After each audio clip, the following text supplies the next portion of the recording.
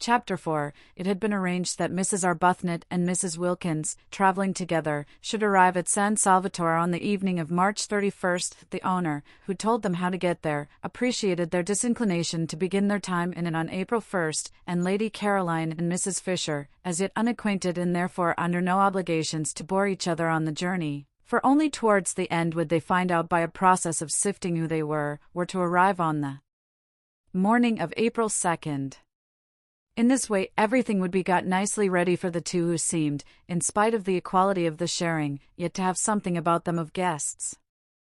There were disagreeable incidents towards the end of March, when Mrs. Wilkins, her heart in her mouth and her face a mixture of guilt, terror and determination, told her husband that she had been invited to Italy, and he declined to believe it. Of course he declined to believe it. Nobody had ever invited his wife to Italy before. There was no precedent. He required proofs. The only proof was Mrs. Arbuthnot, and Mrs. Wilkins had produced her, but after what entreaties, what passionate persuading. Mrs. Arbuthnot had not imagined she would have to face Mr. Wilkins and say things to him that were short of the truth, and it brought home to her what she had for some time suspected, that she was slipping more and more away from God.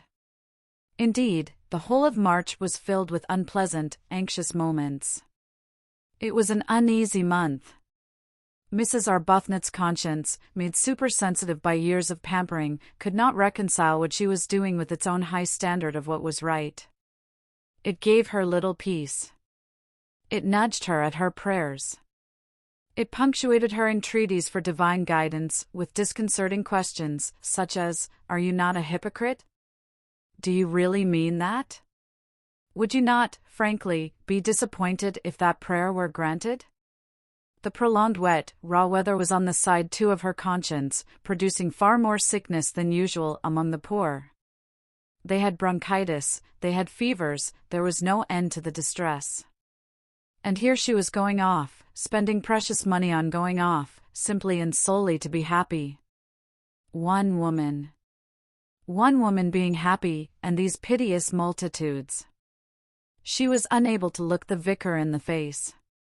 He did not know, nobody knew, what she was going to do, and from the very beginning she was unable to look anybody in the face. She excused herself from making speeches appealing for money. How could she stand up and ask people for money when she herself was spending so much on her own selfish pleasure? Nor did it help her or quiet her that, having actually told Frederick, in her desire to make up for what she was squandering, that she would be grateful if he would let her have some money, he instantly gave her a cheque for £100. He asked no questions. She was scarlet. He looked at her a moment and then looked away. It was a relief to Frederick that she should take some money. She gave it all immediately to the organization she worked with, and found herself more tangled in doubts than ever. Mrs. Wilkins, on the contrary, had no doubts. She was quite certain that it was a most proper thing to have a holiday, and altogether right and beautiful to spend one's own hard-collected savings on being happy. "Think how much nicer we shall be when we come back," she said to Mrs. Arbuthnot, encouraging that pale lady. No, Mrs. Wilkins had no doubts, but she had fears, and March was for her too an anxious month, with the unconscious Mr. Wilkins coming back daily to his dinner and eating his fish in the silence of imagined security. Also things happened so awkwardly. It really is astonishing how awkwardly they happen. Mrs. Wilkins, who was very careful all this month to give Mellersh only the food he liked, buying it and hovering over its cooking with a zeal more than common, succeeded so well that Mellersh was pleased, definitely pleased, so much pleased that he began to think that he might, after all, have married the right wife instead of, as he had frequently suspected, the wrong one.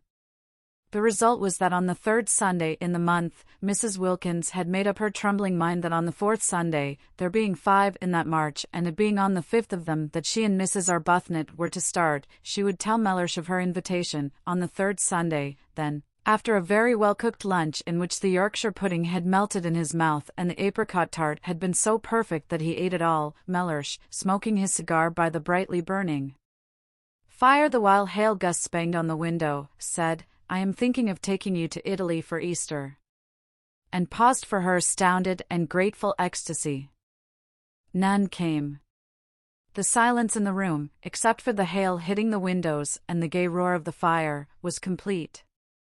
Mrs. Wilkins could not speak. She was dumbfounded. The next Sunday was the day she had meant to break her news to him, and she had not yet even prepared the form of words in which she would break it. Mr. Wilkins, who had not been abroad since before the war, and was noticing with increasing disgust, as week followed week of wind and rain, the peculiar persistent vileness of the weather, had slowly conceived a desire to get away from England for Easter. He was doing very well in his business. He could afford a trip.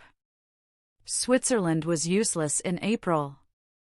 There was a familiar sound about Easter in Italy. To Italy he would go, and as it would cause comment if he did not take his wife, take her he must. Besides, she would be useful. A second person was always useful in a country whose language one did not speak, for holding things, for waiting with the luggage. He had expected an explosion of gratitude and excitement. The absence of it was incredible. She could not, he concluded, have heard. Probably she was absorbed in some foolish daydream. It was regrettable how childish she remained. He turned his head, their chairs were in front of the fire, and looked at her. She was staring straight into the fire, and it was no doubt the fire that made her face so red. "I am thinking," he repeated, raising his clear, cultivated voice and speaking with acerbity, for inattention at such a moment was deplorable, "of taking you to Italy for Easter." "Did you not hear me?" Yes, she had heard him, and she had been wondering at the extraordinary coincidence, really most extraordinary. She was just going to tell him how she had been invited. A friend had invited her. Easter was in April, wasn't it? Her friend had a house there. In fact, Mrs. Wilkins, driven by terror, guilt and surprise, had been more incoherent, if possible, than usual. It was a dreadful afternoon. Mellersh, profoundly indignant, besides having his intended treat coming back on him like a blessing to roost, cross-examined her with the utmost severity. He demanded that she refuse the invitation. He demanded that, since she had so outrageously accepted it without consulting him, she should write and cancel her acceptance. Finding himself up against an unsuspected, shocking rock of obstinacy in her, he then declined to believe she had been invited to Italy at all. He declined to believe in this Mrs. Arbuthnot, of whom till that moment he had never heard, and it was only when the gentle creature was brought round, with such difficulty, with such a desire on her part to throw the whole thing up rather than tell Mr. Wilkins less than the truth, and herself endorsed his wife's statements, that he was able to give them credence. He could not but believe Mrs. Arbuthnot. She produced the precise effect on him that she did on tube officials. She hardly needed to say anything. But that made no difference to her conscience, which knew and would not let her forget that she had given him an incomplete impression. "Do you," asked her conscience, "see any real difference between an incomplete impression and a completely stated lie?" God sees none. The remainder of March was a confused bad dream.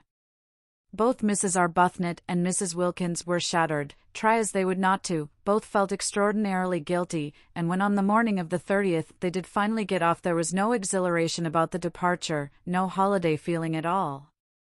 "We've been too good, much too good," Mrs. Wilkins kept on murmuring as they walked up and down the platform at Victoria, having arrived there an hour before they need have, "and that's why we feel as though we're doing wrong. We're browbeaten, we're not any longer real human beings. Real human beings aren't ever as good as we've been. Oh," she clenched her thin hands, "to think that we ought to be so happy now, here on the very station, actually starting, and we're not, and it's being spoilt for us just simply because we've spoilt them. What have we done, what have we done, I should like to know," she inquired of Mrs. Arbuthnot indignantly, "except for once want to go away by ourselves and have a little rest from them?"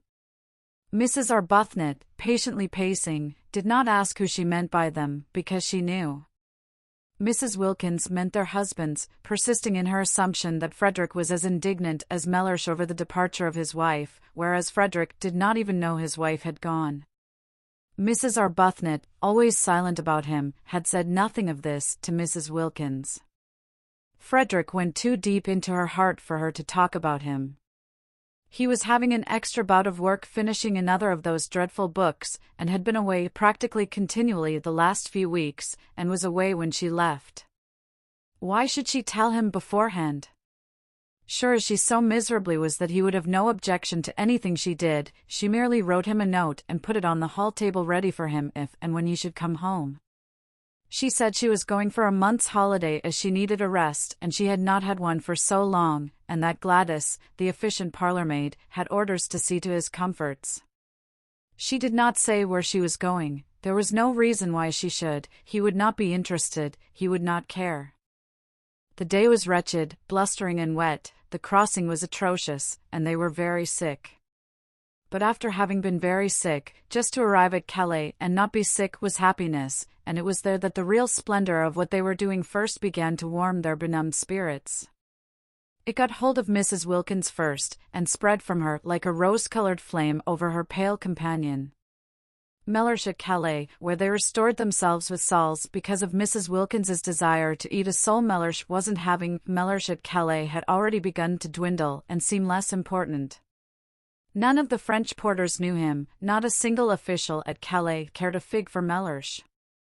In Paris there was no time to think of him because their train was late and they only just caught the Turin train at the Gare de Lyons, and by the afternoon of the next day when they got into Italy, England, Frederick, Mellersh, the vicar, the poor, Hampstead, the club, Shoolbred, everybody and everything, the whole inflamed sore dreariness had faded to the dimness of a dream.